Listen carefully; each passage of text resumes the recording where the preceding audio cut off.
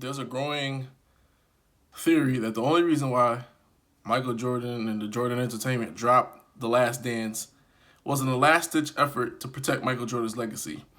According to the theories, especially from like Bill Simmons, this footage and the documentary was put together since like 1999. Bill Simmons said he saw footage of it decades ago, and he was just waiting for them to put it out. So now that LeBron has grown in popularity, this is Mike's time to defend his crown as the GOAT, greatest of all time. And since LeBron has been slowly encroaching on it, passing him, for the most points, etc., Jordan felt like it was time to defend his crown. That's a good theory.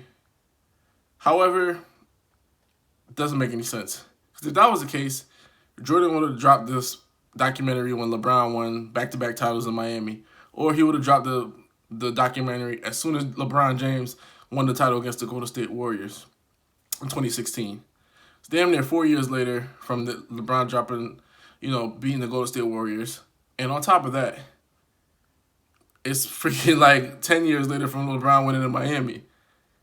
To me, all this was, in terms of the documentary, is they shot the whole thing. However, they didn't know what to do with the footage right away. In 1999 or early 2000s, you don't want to drop this documentary because that takes the mystique away from what happened with the Bulls that final year. You don't want to drop that right away. This was a time capsule piece. They intended to drop this years and years later. This was never supposed to be coming out right away because, honestly speaking, that would have dropped the popularity of the Bulls. Boom. Like, that would hurt the league as well for them to find out that what the Jerry Krause is doing to the players.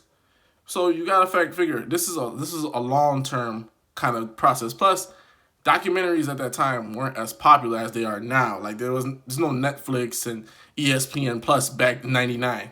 So I don't think they were gonna send us to theaters. Like this is not a theater piece. This is a documentary piece, which at the time documentaries weren't necessarily as popular. They didn't have big platforms like they do now. So you factor that in. Now here's another thing.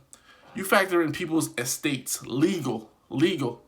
Jerry Krause was talked negatively a lot in this documentary. And he passed away, I believe, in 2017. You don't think they had to break off his family with a cut of the money and get permissions for them to use his likeness? Same thing with all the players. Like, you think Scottie automatically wanted to say, yeah, drop this documentary so people could know I was disgruntled and I was cussing people out and all stuff? Like, they had to get permissions and releases and legal. Legal is a huge thing in the entertainment industry. So that being said, everybody had to get their cut, their percentage. They had to agree to it. They had to agree to the likeness. I mean, damn near the owner had to agree to, allowing people to see how he cutthroat Scottie Pippen. So that plays in the factor. So, you're looking at a time capsule piece. You're looking at legal. Then you're looking at the people who are doing it. Think about this, 1999 or 2009, whatever time people say that the documentary was already shot and finished or completely wrapped up. What was the rush? Mike was as popular as ever. He wanted to get in with the owners. Let's just say he drops his documentary and his bid trying to get the Charlotte Bobcats at the time. You think they're going to let him in that good old boys club? No. They're going to be like, this is how you're portraying us as ownership. Now it's more acceptable because now we see with the players union and lockouts, there's a lot more maturity in the room as opposed to back then. If he drops that back then, he's going to get blackballed from basketball. He might as well be like Pete Rose, I guess, because he'll be exposing what was going on in management. And think about this. This is 1999 at that time. That whole what's going on and the inner workings and how people felt about it, people didn't talk about that openly. They would say certain things, but it wasn't openly spoken about.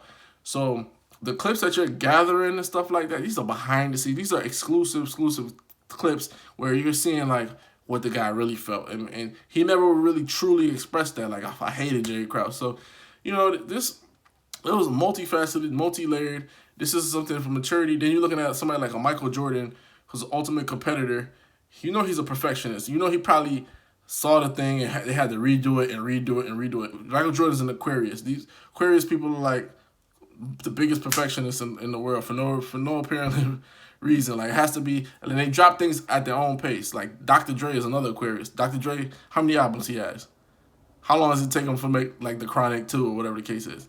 How long it took him to make, 2001, his album 2001?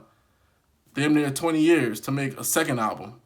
So these guys are perfectionists. So I don't necessarily think it's about his legacy or protecting the legacy. The man's legacy is bulletproof, impeccable finals record.